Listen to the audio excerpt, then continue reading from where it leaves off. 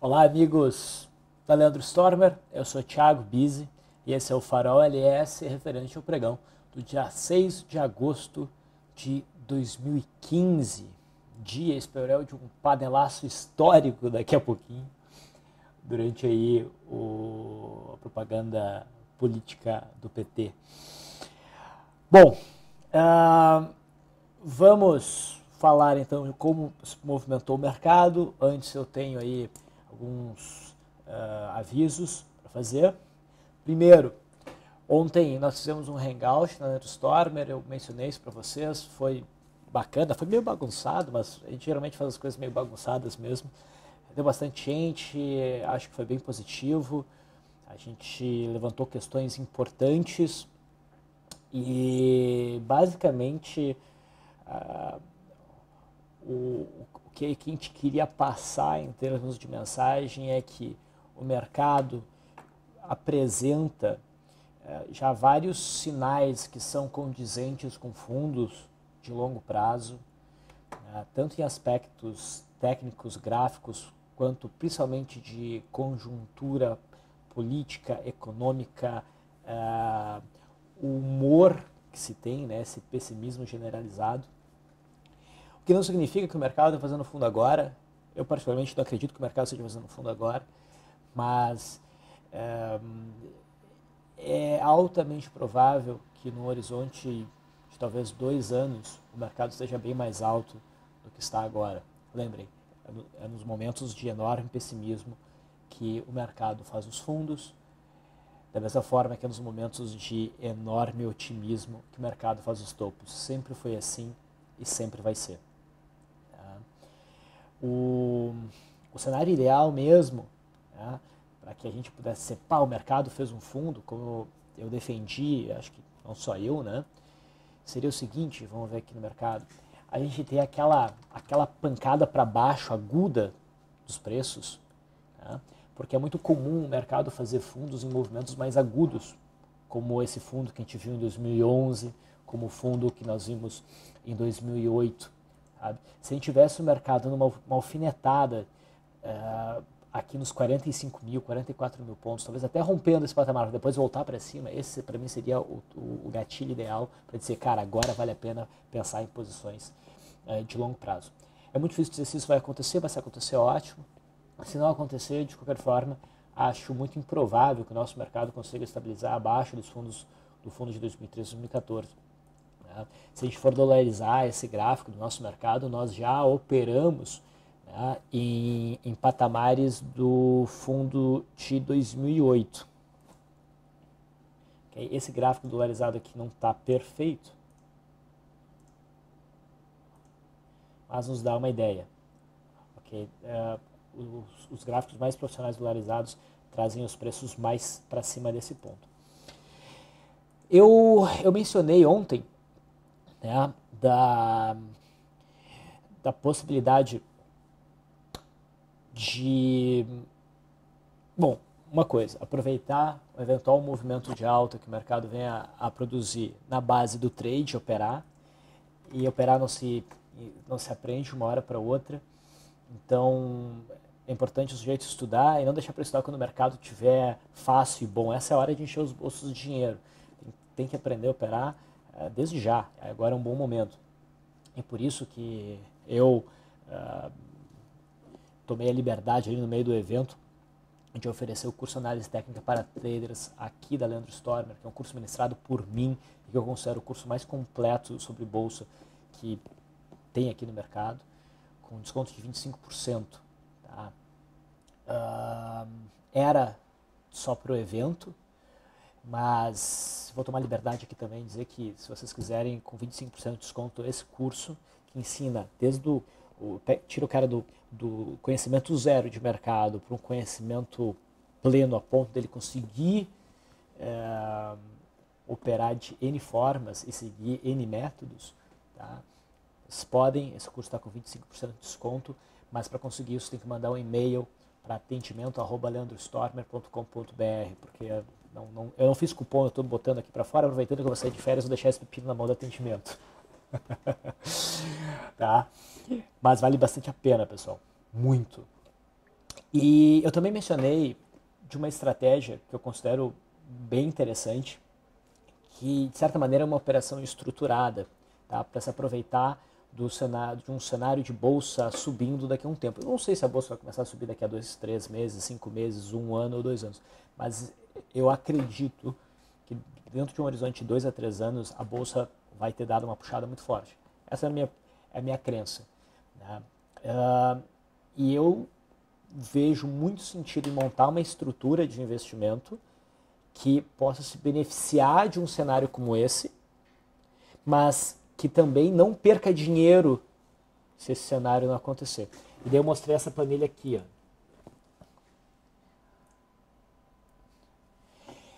A gente tem títulos pagando pré-fixados à disposição aqui no nosso escritório, dentro da rede XP, tá? Com uma rentabilidade anual de 14,7%. Acho que a gente consegue até um pouco mais do que isso, se eu não me engano. Mas isso aqui, com certeza. Tá? Então, a proposta é a seguinte. Vamos imaginar o seguinte, o cara tem 100 mil reais. Tá? Tem 100 mil reais.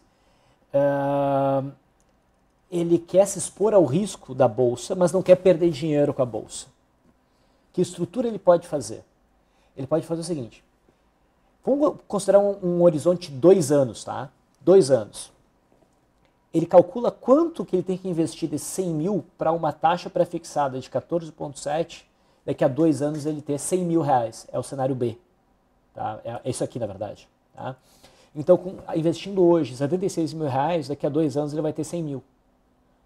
Pega essa diferença, esses 23 mil aí que sobram, quase 24 na verdade, e aloca isso em bolsa. Tá? Vamos supor que a bolsa cai 100%. Todos os papéis que o sujeito comprou viram pó. No final do período, se ele tinha 100 e agora, daqui a 2 anos ele vai continuar tendo 100, ele não perdeu nenhum dinheiro. Claro, ele deixou de ganhar, verdade, mas ele não perdeu dinheiro. Tá? Agora, vamos pegar no cenário seguinte, tá? Se a bolsa, dentro de um prazo de 2 anos, faz um movimento de 100%. Pessoal, parece muito, mas não é. Quando a bolsa engata um movimento de alta, depreciado do jeito que ela está, fazer um movimento de 100% não é tanto assim. Se tu pegar do fundo de 2008 até o final do ano de 2009, deu aí 12, nem 13 meses, a gente teve uma alta de 140%. Um pouco mais para frente foi uma alta de 150%. E não faz muito tempo. Se o mercado engatar uma alta, pessoal, depois de todo esse período andando de lado aqui e romper o topo histórico, a gente vai ter um movimento muito grande, pode ter certeza. Então, pensar num movimento de 100% não é nada demais. Tá? Uma estrutura dessas, se a gente aumentar o horizonte para 3 anos, talvez 4 anos, é para buscar movimentos de 300%. Tá? E claro que não necessariamente tu vai investir em ativo que seja o Ibovespa. A gente tem papéis que podem subir 500, 600, 1000%. Tá? Mas exatamente que papel escolher, isso é uma outra discussão. Eu só estou dando aqui a ideia. Tá? Se o cara investe essa diferença, esse retorno garantido que ele vai ter, e no risco, e a bolsa sobe 100%, no final ele vai ter 150 mil reais, que representa um ganho 52% maior do que se ele só investisse na renda fixa. Eu acho que isso faz muito sentido. Tá? Então aqui eu botei vários cenários, eu expliquei aí no nosso Hangout as diferenças de cenários. Tá? Se vocês quiserem, muita gente me pediu essa planilha, então se vocês quiserem receber essa planilha, mandem um e-mail para atendimento@leandrostormer.com.br pedindo a planilha da estrutura do BISE. Tá? Enfim, eles vão saber do que se trata, eles enviam aí para vocês. Ok? Um outro aviso importante é o seguinte. Esse é meu último farol dentro das próximas 2 semanas e pouco, porque amanhã eu saio de férias, não vou estar aqui no Brasil. Tá? E o farol, então, vai ficar nas mãos do Vlad. O Vlad é um excepcional analista de mercado e ele tem carta branca para tocar o farol como ele quiser. Tá? Provavelmente ele não vai atualizar os trades como eu atualizo, né? Os papéis estão chamando a atenção naquelas tabelas, porque aquilo dá muito trabalho e ele não domina o meu modelo tanto quanto eu domino, obviamente. Mas ele está plenamente capacitado para, na verdade, falar sobre todos os métodos da Leandro Stormer e falar do mercado de uma forma bem abrangente. Tá? Então o farol será com ele, espero que gostem e espero que queiram meu retorno também quando eu voltar, né? Que sintam alguma saudade de mim. Bom, dito tudo isso, vamos ao mercado.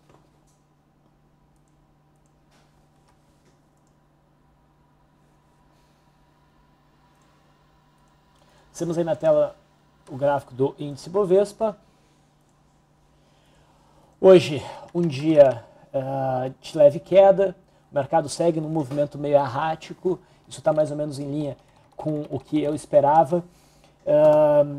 Eu acredito num movimento complicado aqui, até o momento que o mercado alcança a LTB ou alcança a média móvel de 21 períodos, ele vai estar mais pronto para tomar uma decisão de dar continuidade à tendência de baixa ou se aventurar numa tentativa de rompimento de pivô. Tá? Daqui até aqui o movimento estava relativamente claro, daqui para cá o movimento fica mais bagunçado, fica mais difícil montar posições de swing trade, então cuidado. Tá? No intraday, no entanto, o mercado se movimentou mais ou menos como o esperado e o mencionado. Se vocês bem lembram, tá? Nós olhamos aqui o gráfico do mini índice e nós desenhamos a retração de Fibo, identificamos, né, no fundo do dia 30 até a retração de Fibo, uma zona de alvo para o movimento de queda que pareceu mais provável pelo fechamento de ontem. Aqui um suporte bastante importante, né, que provavelmente seguraria o mercado. Se o mercado romper essa zona, provavelmente vem buscar o fundo, que foi marcado entre o dia 24 e o dia 27 de julho. Tá? Então repare que o mercado abriu num gap de baixa, caiu, testou essa zona e daí reverteu num forte movimento de alta, testou a linha d'água, né, com um candle, um doji túmulo, era um cenário para venda, na perda dessa mínima. Por sorte, o mercado não acionou e daí ele rompeu a linha d'água com certa violência. O movimento até ficou um pouco exagerado quando ficou com uma cara de barra elefante. Eu dizia então que o ideal era buscar um gift, só que daí o papel começou a recuar antes do fechamento do candle e ficou esse candle meio feio com sombra superior. Não foi um bom rompimento de linha d'água. Pelo método Busy, o que eu faria seria uma entrada de superação na máxima, mas eu não faria isso aqui. Eu esperaria necessariamente uma correção na linha d'água para avaliar essa correção. E a correção aconteceu, mas ela foi michuruca. Muito baixo volume, não acionou de imediato, ficou uma coisa meio bagunçada. Se o sujeito entrou, rapidamente foi estopado pela média móvel de 9 agora, nesse momento. E daqui para frente o mercado se mostrou errático, sem direção, não valia a pena buscar nada mais no pregão de hoje. Agora a gente ajusta o suporte para cá. Tá? E o mercado tende a esse movimento mais errático. Tá? Então, hoje não foi um dia bom para operações, não tivemos um claro movimento, mas teve bastante volatilidade. Tá? O mercado americano caiu, testou o fundo anterior, não rompeu ainda. Se romper, ok, pode dar continuidade de movimento de queda. Daí o próximo patamar de suporte aqui no gráfico do Dow Jones são os fundos entre dezembro e fevereiro. O Dow Jones aqui está meio que me dando olé. Não estou conseguindo pegar bem esses movimentos, mas isso não significou ainda prejuízo. Não teve nenhum rompimento ou trade aí que teria gerado prejuízo. Só não estamos tendo sinais lá muito consistentes. O S&P 500 futuro está bem mais forte, né? Vai ter bem mais dificuldade para romper a média móvel de 200 do fundo anterior. Aqui ainda favorece, a forma como o mercado está, favorece o movimento de contração. Mas o que mais nos importa é o mercado brasileiro, né? E daí vamos falar de dólar. Cara, o dólar segue em alta, é impressionante. Ele realmente deu aquela seguradinha naquele alvo que a gente imaginava, mas já foi embora, né? Já subiu muito além daquele alvo. E agora, o que a gente poderia fazer? Bom, que alvo nós teríamos? Tem duas coisas aqui. A gente pode projetar esse canal para cima, o que nos dá um alvo muito alto, que eu não acredito no curto prazo. E uma outra coisa que a gente pode fazer é considerar isso aqui como extensão alternada, uma aço-bandeira, né? Então, eu vou pegar um movimento mais curto, porque a gente poderia pensar um movimento desse daqui, mas parece fazer mais sentido aqui. Tá? A gente pega essa amplitude e projeta. Bom, nesse caso, o mercado bateu no alvo hoje. Tá? Desde esse doji, o mercado está num cenário em que eu fico propenso a buscar oportunidades de venda no intraday, tá? Porque uma hora o dólar vai reverter e desde aqui eu espero uma reversão. Não tivemos nenhum sinal significativo bom para a venda de swing trade, a não ser este candle aqui, em que a venda foi gerada e sofreu stop. Tá, ok, ali estopou. Agora a gente espera um novo sinal que ainda não apareceu, mas pelo intraday eu já fico atento. Vamos olhar o intraday de hoje e ver como é que foi. O mercado ontem fechou num movimento estreito, bandas estreitas, e por isso a gente imaginava um movimento forte, seja para cima, seja para baixo. Foi para cima. O mercado abriu com uma barra elefante, que foi acionada, mas eu julguei um pouquinho distante da média móvel de 21 períodos, e a sugestão aqui foi esperar um gift, se aconteceria um gift. O gift aconteceu, o Stormer estava com o bate-papo de abertura rolando, né? E a gente chamou essa operação de compra por gift, que foi muito bem. Ela foi capaz de oferecer 60 pontos no dólar, 1,7%.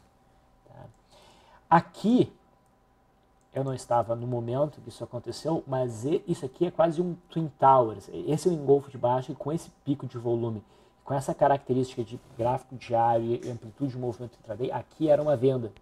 Aqui era uma venda. Tá? Como eu disse, estou propenso a buscar vendas no dólar. O alvo seria 0,60 e pouquinhos.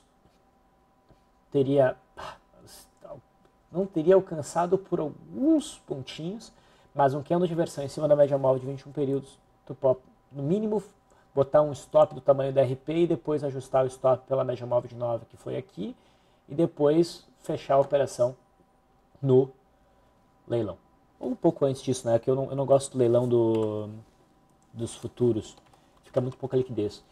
Agora, carregaria isso aqui para uma operação de swing trade? Não, não carregaria uma operação de swing trade. Tá? Porque não tem sinal de venda. Então a gente não segura a posição vendedora para o gráfico diário. Certo? Então esse foi o movimento dólar. O DI deu mais uma puxada, pessoal. Fechou o gap e veio acima dos 14.100 pontos. Está insinuando o rompimento dessa grande congestão, mas não dá para confiar no rompimento ainda.